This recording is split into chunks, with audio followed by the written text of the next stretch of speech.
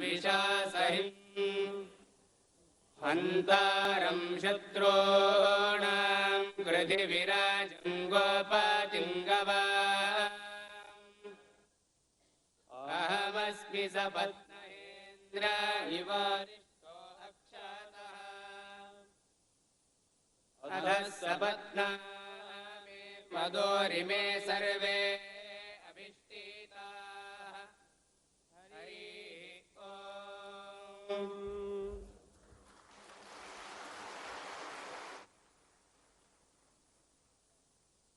धन्यवाद। समाज के सभी वर्गों के प्रिय 8 वर्ष की अवस्था से जिन्होंने संन्यास ग्रहण किया और आज 88 वर्ष तक जो अध्यात्म और समाज सेवा के लिए अपने आप को पूर्ण रूप से समर्पित कर चुके हैं, ऐसे जगत गुरु श्री श्री परम पूज्य विश्वेश तीर्थ स्वामी जी से अनुरोध करता हूं कि वे माननीय प्रधानमंत्री जी एवं सभी का स्वागत अपने आशीर्वचनों से करें। आचार्य पवनोस्माकं आचार्याणि च भारती देवो नारायण श्रीशः देवी मंगल देवता। द्वारका से आ गए भगवान श्री कृष्ण का दिव्य क्षेत्र में विश्व का महान दार्शनिक भक्ति सिद्धांत का प्रवर्तक जगत गुरु मध्वाचार्य जी का सप्त शतमानोत्सव का इसी संदर्भ में हमारा अत्यंत प्रिय जनप्रिय राष्ट्र का समर्थ नेता हमारा नरेंद्र मोदी को स्वागत करने के लिए हम अत्यंत संतुष्ट हैं। आपका इसी उपस्थिति में हम भी मोदी हो गए, संतुष्ट हो गए, आनंदित हो गए। गुजरात का भगवान कृष्ण ने अत्यंत समृद्ध राज्य का निर्माण किया। गुजरात में भगवान कृष्ण ने अत्यंत समृद्ध राज्य द्वारका में निर्माण किया। इसी गुजरात से आए हुए नरेंद्र मोदी भी हमारा राष्ट्र को अत्यंत समृद्ध राष्ट्र का निर्माण करे, ऐसा हमारा भगवान में प्रार्थना है। हम केवल इसी यांत्रिक उपस्थिति से संतुष्ट ही तृप्त नहीं। आप स्वयं भगवान कृष्ण का सन्निधान में जल्दी से आने के लिए हम विशेष रूप से आपको विशेष अपेक्षा व्यक्त कर रहे हैं। अजी आप अत्यंत पूर्ण हृदय में सब मिलकर आपका स्वागत कर रहे हैं। भगवान मध्वाचार्य जी ने भक्ति संदेश का भक्ति सिद्धांत का प्रवर्त है। इसके कारण से विदेशी आक्रमण का समय में समग्र भारत में भक्ति का आंदोलन हुआ। कन्याकुमारी से उत्तर प्रदेश तक भक्ति का आंदोलन, इसका मूल प्रेरणा जगत गुरु मध्वाचार्य से हुआ। ऐसा महान संत, महान दार्शनिक जगत गुरु मध्वाचार्य जी का सप्त शतमानोत्सव में आपका स्वागत करके आपका संदेश सुनने के लिए हम सब आतुर ही भगवान श्री कृष्ण का अनुग्रह आपको सदैव हो, ऐसा प्रार्थना करके स्वागत कर रहे हैं। श्री पेजावर मठ के परम श्रद्धेय पूज्य श्री विश्वेश तीर्थ स्वामी जी, श्री विश्व प्रसन्न तीर्थ स्वामी जी, श्री राघवेंद्र मठ के श्री श्री सुबुधेंद्र तीर्थ स्वामी जी और वहां कार्यक्रम में उपस्थित सभी श्रद्धालुगण। पूज्य स्वामी जी ने कहा कि ये यांत्रिक रूप से आना संतुष्ट नहीं होता है। मैं भी यांत्रिक रूप से संतुष्ट नहीं होता हूं। मुझे भी खुशी होगी क्योंकि पहले भी आपके चरणों में, ईश्वर के चरणों में उडुपी आने का सौभाग्य मिलता रहा है। आपके आशीर्वाद रहे, ईश्वर ने चाहा तो दोबारा भी आपके बीच प्रत्यक्ष आने का सौभाग्य मिलेगा ही। भारत में भक्ति आंदोलन के समय से सबसे बड़े दार्शनिकों में एक जगत गुरु संत श्री मध्वाचार्य जी के 7वीं शताब्दी समारोह में उपस्थित होने से मैं अभिभूत हूं, मैं गर्व महसूस करता हूं। कार्यकाल की व्यस्तता के कारण मैं उडुपी नहीं पहुंच पाया और शायद आपने टीवी में देखा होगा, मैं अभी अभी सीधा अलीगढ़ से लौटा हूं। लेकिन ये मेरा परम सौभाग्य है कि आप सभी के आशीर्वाद लेने का सुअवसर मुझे आज प्राप्त हुआ। मानव जाति के नैतिक और आध्यात्मिक उत्थान के लिए जिस प्रकार से संत श्री मध्वाचार्य जी के संदेश का प्रचार प्रसार किया जा रहा है, मैं उसके लिए सभी आचार्यों का, मनीषियों का हृदय से बहुत बहुत अभिनंदन करता हूं। कर्नाटक की भूमि पुण्य भूमि है, उडुपी की भूमि पुण्य भूमि है। मैं इस धरती को प्रणाम करता हूं जहां एक और मध्वाचार्य जैसे संत हुए, वहीं आचार्य शंकर और आचार्य रामानुज जैसे पुण्य आत्माओं ने भी इसे विशेष स्नेह दिया।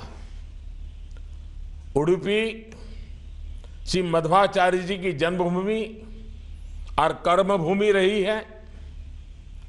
श्री मध्वाचार्य जी ने अपना प्रसिद्ध गीता भाष्य उडुपी की इसी पवित्र भूमि पर लिखा था।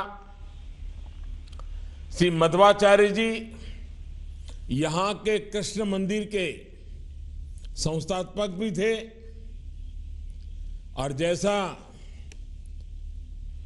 पूज्य विश्वेश्वर तीर्थ जी ने बताया और जब मैं रूबरू आया था तो आपने बड़ा विस्तार से मेरे सामने वर्णन किया था कि भगवान श्री कृष्ण मूर्ति द्वारिका से आई है, तो मेरा स्वाभाविक लगाव होना बहुत आनंद होता है। आपने भी अपने भाषण में मेरा गुजरात का नाता और श्री कृष्ण का द्वारका का नाता इसको जोड़ करके आशीर्वाद दिए, मैं आपका बहुत आभारी हूं। उडुपी से मेरा लगाव कुछ और कारणों से भी रहा है। मुझे कई बार उडुपी आने का अवसर मिला है। 1968 से लेकर 4 दशक से भी ज्यादा तक उडुपी म्युनिसिपल कॉरपोरेशन की जिम्मेदारी भारतीय जनता पार्टी और भारतीय जनसंघ ने संभाली। 1968 में उडुपी पहली ऐसी म्युनिसिपल कॉरपोरेशन बनी थी जिसने मैन्युअल स्कैवेंजिंग पर रोक लगाई थी, माथे पर मैला ढोने पर रोक लगाई थी। 1984 और 1989 में 2 बार उडुपी को स्वच्छ शहर के रूप में सम्मानित किया गया था। स्वच्छता को लेकर, मानवीय मूल्यों को लेकर जनशक्ति को जागरूक करने की हमारी प्रतिबद्धता का यह जीता जागता उदाहरण रहा है। मुझे और एक खुशी भी है कि इस कार्यक्रम में पूज्य विश्वेश तीर्थ स्वामी जी स्वयं उपस्थित हैं। 8 वर्ष की छोटी सी आयु में संन्यास लेने के बाद अपने जीवन के 80 वर्ष उन्होंने अपने देश को, अपने समाज को मजबूत करने में लगा दिए। देश के कोने कोने में जाकर अशिक्षा, अंधश्रद्धा, जातिवाद, गौ संवर्धन, ऐसे अनेक विषय जिसकी उन्होंने मुहिम चलाई। ये स्वामी जी के पुण्य कर्मों का ही प्रभाव है कि उन्हें 5वें पर्याय का अवसर मिला है। ऐसे संत पुरुष को मैं फिर एक बार बहुत हृदय से नमन करता हूं। भाइयों और बहनों, हमारे देश का इतिहास हजारों वर्ष पुराना है। हजारों साल का इतिहास समेटे हुए हमारे देश में समय के साथ परिवर्तन आते रहते हैं। व्यक्ति में परिवर्तन, समाज में परिवर्तन, व्यवस्थाओं में परिवर्तन, लेकिन इतना लंबा दीर्घकाल होने के कारण कई बार समाज में बुराइयां भी व्याप्त हो जाती है। हमारा समाज भी अच्छाइयों का भरमार होने के बावजूद भी बुराइयों से बचा नहीं है। लेकिन ये हमारे समाज की विशेषता है कि जब भी ऐसी बुराइयां आई हैं तो सुधार का काम समाज के बीच में ही कोई न कोई ऐसा पैदा हुआ है, हर युग में पैदा हुआ है, और उसी ने जिम्मेवारी उठाई और समाज के परंपरागत प्रवाह के खिलाफ वो खड़े हो गए, समाज को ले जाने का प्रयास किया। एक काल ऐसा था भी आया जब इसका नेतृत्व हमारे देश के साधु संत, ऋषि मुनि, महर्षि, तपस्वी, उन्हीं के हाथों में था। ये भारतीय समाज की अद्भुत क्षमता है कि समय समय पर हमें ऐसे देवतुल्य महापुरुष मिले जिन्होंने इन बुराइयों को पहचाना, उनसे मुक्ति का रास्ता दिखाया। श्री मध्वाचार्य जी भी ऐसे ही एक महान संत थे, समाज सुधारक थे, अपने समय के अग्रदूत थे। उनके अनेक ऐसे उदाहरण हैं जब उन्होंने प्रचलित कुरीतियों के खिलाफ अपने विचार रखे, समाज को नई दिशा दिखाई। यज्ञ में पशु बलि बंद कराने का सामाजिक सुधार श्री मध्वाचार्य जी जैसे महान संत की ही देन है। हमारा इतिहास गवाह है कि हमारे संतों ने सैकड़ों वर्ष पहले समाज में जो गलत रीतियां चली आ रही थी, उन्हें सुधारने के लिए एक जन आंदोलन शुरू किया। उन्होंने इस जन आंदोलन को भक्ति से जोड़ा। भक्ति का यह आंदोलन दक्षिण भारत से चलकर अलग अलग राज्यों से गुजरता हुआ, चाहे पश्चिम हो, उत्तर हो, पूरब हो, मध्य हो, समग्र भारत को भक्ति युग का साया मिल गया। उस भक्ति युग में, उस कालखंड में हिंदुस्तान के हर क्षेत्र, पूर्व, पश्चिम, उत्तर, दक्षिण, हर दिशा, हर भाषा भाषी, हर प्रकार के मंदिरों में, मठों में हमारे संतों ने परंपराओं से बाहर निकल करके राष्ट्र में चेतना जगाने का, राष्ट्र की आत्मा को जगाने का एक भरपूर प्रयास किया। भक्ति आंदोलन के लौ दक्षिण में मध्वाचार्य, निम्बरकाचार्य, वल्लभाचार्य, रामानुजाचार्य, पश्चिम में मीराबाई, एकनाथ, तुकाराम, रामदास, नरसिंह मेहता, उत्तर में रामानंद, कबीरदास, गोस्वामी तुलसीदास, सूरदास जी, गुरु नानक देव, संत रविदास, पूर्व में चैतन्य महाप्रभु, शंकर देव जैसे संतों के विचारों से ये पूरा भक्ति आंदोलन सशक्त हुआ, समाज में चेतना जगी। इन्हीं संतों, इन्हीं महापुरुषों का प्रभाव था कि हिंदुस्तान आज उस दौर में भी तमाम विपत्तियों को सहते हुए आगे बढ़ पाया, खुद को बचा पाया। आदि शंकराचार्य ने देश के चारों कोनों में जाकर लोगों को सांसारिकता से ऊपर उठकर ईश्वर में लीन होने का रास्ता दिखाया। रामानुजाचार्य जी ने विशिष्ट द्वैतवाद की व्याख्या की। उन्होंने भी जाति की सीमाओं से ऊपर उठकर ईश्वर को प्राप्त करने का रास्ता दिखाया।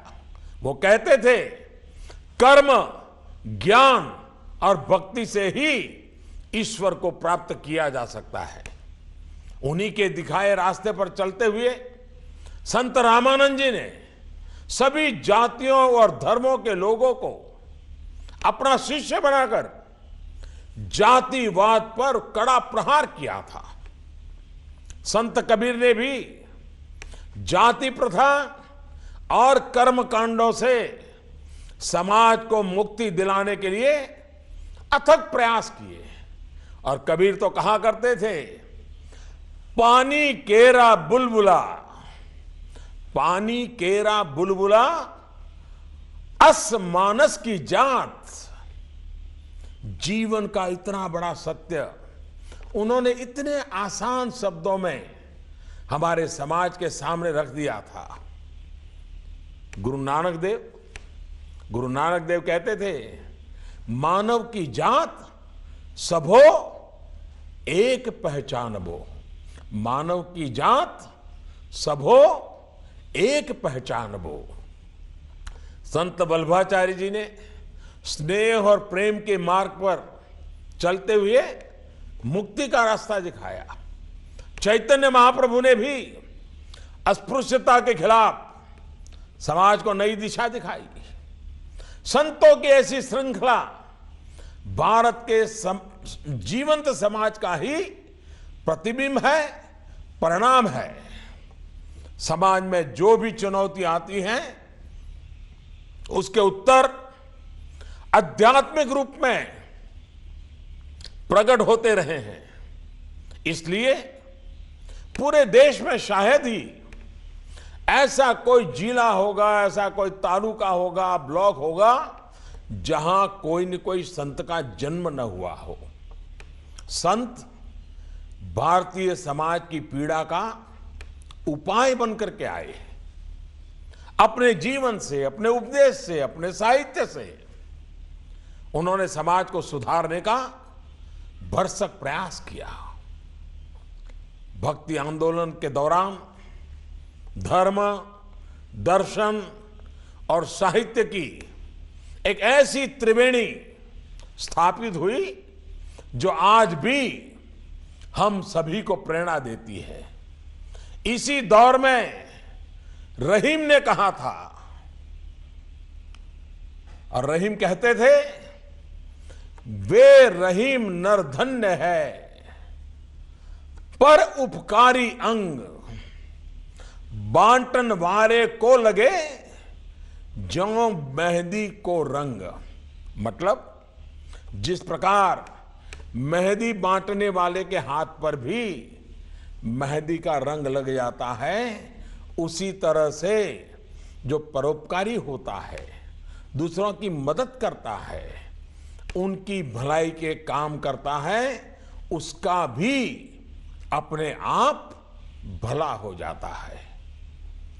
भक्ति काल के इस खंड में रसखान, सूरदास, मलिक मोहम्मद जायसी, केशवदास, विद्यापति जैसी अनेक महान आत्माएं हुई जिन्होंने अपनी बोली से, अपने साहित्य से समाज को ना सिर्फ आईना दिखाया बल्कि उसे सुधारने का भी पूरा प्रयास किया। मनुष्य की जिंदगी में कर्म, इंसान के आचरण की जो महत्ता है उसे हमारे साधु संत हमेशा सर्वोपरि रखते थे। गुजरात के महान संत नरसिंह मेहता, जिनका एक भजन महात्मा गांधी को प्रिय था, हम सब भी उस पूरे भजन को बोल सकते हैं। हमें पता तक नहीं रहा है कि वो किस भाषा में लिखा गया है, इतना वो भजन हमारे में रम गया है। सदियों पहले नरसिंह मेहता कहते थे, वाच काच मन निश्चल राखे, पर धन नव जाले हाथ रे। यानी व्यक्ति अपने शब्दों को, अपने कार्य को, अपने विचारों को हमेशा पवित्र रखता है। अपने हाथ से दूसरों के धन को स्पर्श ना करे।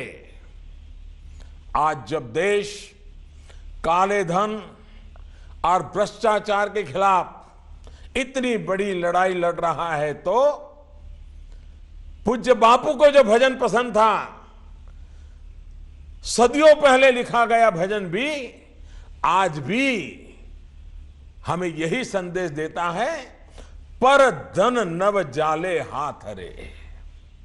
और इसलिए दुनिया को अनुभव मंटप या पहली संसद का मंत्र देने वाले महान समाज सुधारक श्री बसवेश्वर भी कहते थे कि मनुष्य जीवन निस्वार्थ कर्म योग से ही प्रकाशित होगा। सामाजिक और व्यक्तिगत आचरण में स्वार्थ आना ही भ्रष्टाचार का पहला कारण होता है। निस्वार्थ कर्मयोग को जितना बढ़ावा दिया जाएगा उतना ही समाज से भ्रष्ट आचरण भी कम होगा। श्री मध्वाचार्य जी ने भी हमेशा इस बात पर जोर दिया कि कोई भी काम न छोटा होता है न बड़ा होता है। पूरी ईमानदारी से किया गया कार्य, पूरी निष्ठा से किया गया कार्य, ये ईश्वर की पूजा करने की तरह ही होता है। कर्म में ही धर्म देखा, कर्म में ही परमात्मा देखा। वे कहते थे कि जैसे, ये बड़ी बहुत महत्वपूर्ण बात पूज्य मध्वाचार्य जी ने कही है, वो कहते थे कि जैसे हम सरकार को टैक्स देते हैं, वैसे ही जब हम मानवता की सेवा करते हैं तो वो सेवा ईश्वर को टैक्स देने की तरह होता है। देखिए कितनी सरल भाषा में, जन सेवा ही प्रभु सेवा, मध्वाचार्य जी ने कितने सरल शब्दों में हमें यह संदेश दिया। हम गर्व के साथ कह सकते हैं कि हिंदुस्तान के पास ऐसी महान परंपरा है, ऐसी महान संत है, मुनि है, ऋषि मुनि है, महापुरुष रहे हैं, जिन्होंने अपनी तपस्या, अपने ज्ञान का उपयोग राष्ट्र के भाग्य को बदलने के लिए, राष्ट्र का निर्माण करने के लिए किया है। हमारे संतों ने पूरे समाज को जात से जगत की ओर, स्व से समष्टि की ओर, अहम से वयम की ओर, जीव से शिव की ओर, जीवात्मा से परमात्मा की ओर जाने के लिए प्रेरित किया। स्वामी दयानंद सरस्वती, स्वामी विवेकानंद, राजा राम मोहन राय, ईश्वर चंद्र विद्यासागर, ज्योतिबा फुले, डॉक्टर भीमराव अंबेडकर, महात्मा गांधी, पांडुरंग शास्त्री आठवले, विनोबा भावे, अनगिनत महापुरुष हमारी इस आध्यात्मिक चेतना को, आध्यात्मिक धारा को हमेशा चेतनमय रखा। समाज में चली आ रही कुरीतियों के खिलाफ जन आंदोलन शुरू किया। जात पात मिटाने से लेकर जन जागृति तक, भक्ति से लेकर जनशक्ति तक, सती प्रथा को रोकने से लेकर स्वच्छता को बढ़ाने तक, सामाजिक समरसता से लेकर शिक्षा तक, स्वास्थ्य से लेकर साहित्य तक उन्होंने अपनी छाप छोड़ी है, जनमन को बदला है। इन जैसी महान विभूतियों ने देश को एक ऐसी शक्ति दी है जो अद्भुत, अतुलनीय है। भाइयों और बहनों, सामाजिक बुराइयों को खत्म करते रहने की ऐसी महान संत परंपरा के कारण ही हम सदियों से अपनी सांस्कृतिक विरासत को सहज पाए हैं, संभाल पाए हैं, संवार पाए हैं। ऐसी महान संत परंपरा के कारण ही हम राष्ट्रीय एकीकरण और राष्ट्र निर्माण की अवधारणाओं को साकार करते आए हैं। ऐसे संत किसी युग तक सीमित नहीं रहे हैं, बल्कि वे युगों युगों तक अपना प्रभाव डालते रहे हैं। हमारे देश के संतों ने हमेशा समाज को इस बात के लिए प्रेरित किया कि हर धर्म से ऊपर अगर कोई धर्म है तो वो मानव धर्म है। आज भी हमारे देश, हमारे समाज के सामने अनेक चुनौतियां हैं, चुनौतियां विद्यमान है। इन चुनौतियों से निपटने में संत समाज और मठ मंदिर बहुत बड़ा योगदान दे रहे हैं। जब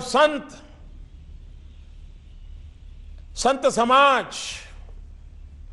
ऋषि मुनि, विद्वज्जन अगर वे कहते हैं कि स्वच्छता ही ईश्वर है, तो उसका प्रभाव सरकार के किसी भी अभियान से ज्यादा होता है। आर्थिक रूप से शुचिता की प्रेरणा भी इसी से मिलती है। भ्रष्ट आचरण यदि आज के समाज की चुनौती है तो उसका उपाय भी आधुनिक संत समाज दे सकता है। पर्यावरण संरक्षण में भी संत समाज की बड़ी भूमिका है। हम तो उस संस्कृति के विरासत को लेकर के जी रहे हैं जहां पौधे में हम परमात्मा देखते हैं, हम पेड़ को भी ईश्वर मानते हैं, पेड़ में, वृक्ष में चेतन है, यह हम हजारों साल से मानते आए हैं। उसे जीवित अंश माना गया है।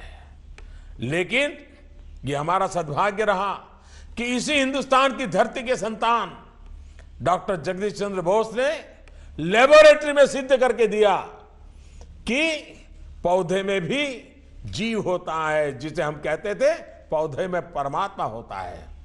वरना दुनिया इसे पहले मानती नहीं थी, और जब हम ये बातें कहते थे तो दुनिया हमारा मजाक उड़ाती थी। हमारे लिए प्रकृति मां है। हमारे लिए प्रकृति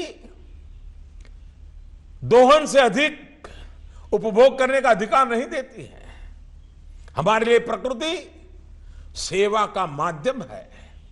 हमारे यहां पेड़ के लिए अपनी जान तक देने की परंपरा रही है। टहनी तोड़ने से भी पहले प्रार्थना की जाती है। जीव जंतु और वनस्पति के प्रति संवेदना हम लोगों को बचपन से सिखाई जाती है। हम रोज पूजा आरती के बाद शांति मंत्र में वनस्पतः शांति, आपः शांति कहते हैं। लेकिन ये भी सत्य है कि समय के साथ इस परंपरा भी, उस पर भी आंच आई है। आज संत समाज को इस और भी अपना प्रयास बढ़ाना होगा। जो हमारे ग्रंथों में है, हमारी परंपराओं का हिस्सा रहा है, उसे आचरण में लाने से ही विश्व जिस संकट को झेल रहा है क्लाइमेट का, उस चुनौती का सामना किया जा सकता है। आज भी आप देखिए, संपूर्ण विश्व के देशों में जीवन जीने के मार्ग में जब भी किसी प्रकार की बाधा आती है, तब दुनिया की निगाह भारत की महान संस्कृति और सभ्यता पर आकर के टिक जाती है। एक तरह से विश्व की समस्त समस्याओं का उत्तर भारतीय संस्कृति परंपरा ने हजारों साल की अपनी यात्रा के दरमियान रास्ते खोजे हैं, समाधान खोजे हैं। और ये बातें भारत में सहज स्वीकार्य है। हम ही तो लोग हैं जो कहते हैं एक ईश्वर को अनेक रूप में जाना पूजा जा सकता है। हमारे शास्त्रों में कहा गया है, एकम सत विप्राह बहुधा वदंती। एक ही परम सत्य को अलग अलग नामों से पुकारा जाता है। विविधता को हम केवल स्वीकार नहीं करते, हमारे लिए विविधता एक उत्सव है। हम वसुधैव कुटुंबकम, पूरे पृथ्वी को एक परिवार मानने वाले लोग हैं। हम कहते हैं सहना भवतु सहनौ भुनक्तु, सभी का पोषण हो, सभी को शक्ति मिले, कोई किसी से द्वेष ना करे। कट्टरता का यही समाधान है। आतंक के मूल में ही ये कट्टरता है कि मेरा ही मार्ग सही है, जबकि भारत में केवल सिद्धांत रूप में नहीं पर व्यवहार में भी अनेक उपासना के लोग सदियों के से साथ साथ रहते हैं, मिलजुल करके रहते हैं। हमारे संस्कार हैं सर्व पंथ समभाव। मेरा मानना है कि आज के इस युग में हम सभी साथ मिलकर रह रहे हैं। समाज में व्याप्त बुराइयों को दूर करने का प्रयास कर रहे हैं। देश के विकास के लिए प्रयत्नशील है। तो इसकी एक बड़ी वजह साधु संतों द्वारा, हमारे महान ग्रंथों के द्वारा हमें जो मार्ग दिखाया गया है, ज्ञान, कर्म और भक्ति का, वो हम सबकी प्रेरणा है। आज समय की मांग है, पूजा के देव के साथ ही राष्ट्र देव की भी बात हो। पूजा में अपने इष्ट देव के साथ ही भारत माता की भी बात हो। अशिक्षा, अंधश्रद्धा, अज्ञानता, कुपोषण, कालाधन, भ्रष्टाचार, ये जिन जिन बुराइयों ने भारत माता को जकड़ के रखा है, उससे हमारे देश को मुक्त कराने के लिए संत समाज देश को रास्ता दिखाता रहे। मैं ये कामना करता हूं कि आप सभी आध्यात्म के द्वारा हमारे देश की प्राण शक्ति का अनुभव जन जन को कराते रहेंगे। वयम अमृतस्य पुत्राः के एहसास से जनशक्ति को और मजबूत करते रहेंगे। मैं अपने इन्हीं शब्दों के साथ आप सभी का आभार व्यक्त करता हूं। पूज्य मध्वाचार्य जी की पावन स्मृति में उनके श्री चरणों में प्रणाम करता हूं और इस तीर्थ भूमि को भी नमन करते हुए उपस्थित संतों भगवंतों को प्रणाम करते हुए मैं मेरी वाणी को विराम देता हूं। बहुत बहुत धन्यवाद।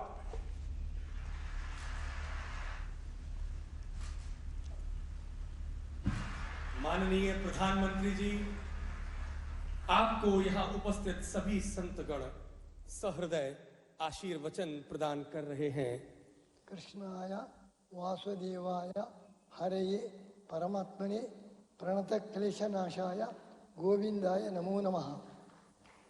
मोदी जी, आपका संदेश से हम सब सुप्रीत हैं। सब लोग प्रसन्न है, प्रभावित है। इसलिए अच्छी रीति से मध्वाचार्य जी का संदेश का आप विश्लेषण किए।